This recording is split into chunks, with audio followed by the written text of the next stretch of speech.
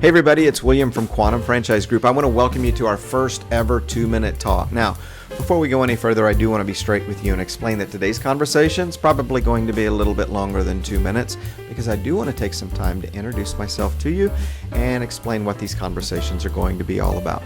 So, let's begin with an introduction. My name is William Huffine. I am the founder and president of Quantum Franchise Group, where we help aspiring business owners make the dream of business ownership a reality by connecting them with outstanding franchise opportunities across the United States and guiding them through the process all the way from discovery to grand opening day whenever they open their new business in their city. What's this 2-minute talk all about? Well, pretty much what the name says. Every time we come together, we're going to spend about 2 minutes just having a brief conversation about a specific topic related to the world of franchise business ownership. Now, with those introductions out of the way, let's go ahead and dive into today's conversation. So as a franchise development professional, I have had literally hundreds and hundreds of conversations with aspiring business owners. And a question that I frequently get asked is, why a franchise? I want to start a business. I kind of know what I would like to do here, but why should I invest in a franchise instead of just starting my business from the ground up and building it exactly the way I want to build it? Can't I be successful doing it that way? And the truthful answer here is absolutely you can. You can take your idea for a business, execute on it, and build a business successfully. In fact, there are over 3,000 franchise systems across the United States right now, and every single one of those franchise systems began with a person who had an idea, executed on it, and became so successful that they were then able to begin expanding their business across the United States using the franchise model. So it absolutely can be done. But let's take a few moments and just compare the two options, beginning a business on your own or investing in a franchise concept.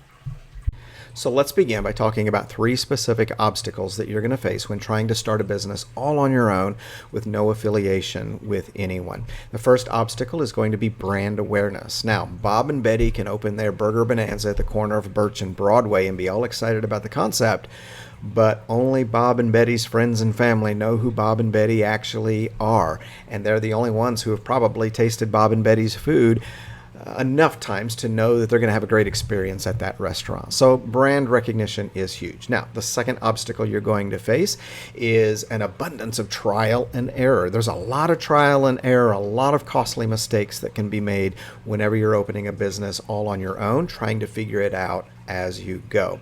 And the third obstacle that I want to mention to you is the lack of ongoing support. Bob and Betty are pretty much on their own. They may have the support and love and encouragement of their friends and family, but when it comes to running the business, they're going to have very little support. Everything is going to be on their shoulders to try and figure out and deal with when the going gets tough.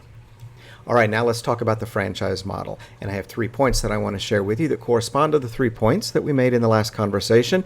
We're going to begin with brand awareness. When you open a franchise business, you are opening under a known established brand. It may be known regionally, it may be known nationally, it might be even known globally, but it is a brand that many people already know and have experience with. Now, the second point that you need to understand with franchise ownership is speed to revenue, speed to profitability, and that comes about by minimizing the time that you spend with that trial and error, with those costly mistakes that eat into your profit margins. When you open a franchise, you're handed systems and processes and procedures that have already been tested, tried, proven, and replicated many times over, eliminating a lot of those costly mistakes. And the third thing that you need to remember with a franchise concept is the ongoing support that you're going to receive, not just in the beginning, not just during your initial training, but through the entire lifespan of your relationship with that company. You're going to have tremendous support from the headquarters if it's a good franchise concept. And you're also going to enjoy support from the peer community of franchise owners all around the country and maybe even all around the world who you can rely on and learn from, beginning on day one all the way through your life as a franchise owner with that concept. So there you have it. It only took us 5 minutes to get through our first 2-minute talk. I promise we'll do better next time. But I hope this answers your question. Why a franchise instead of just starting a business entirely on my own from the ground up? Thanks for joining me. We'll see you on our next 2-minute talk. We'll do our best to make it an actual 2-minute talk.